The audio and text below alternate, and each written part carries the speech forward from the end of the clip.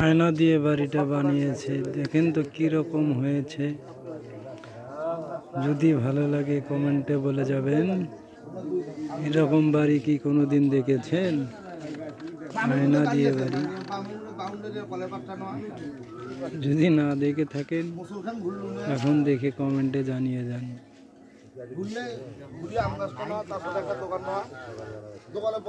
প্রীতি করিয়া যায় যদি ছাড়িয়া এই কদম রে প্রাণ না নন্দ নন্দ আছে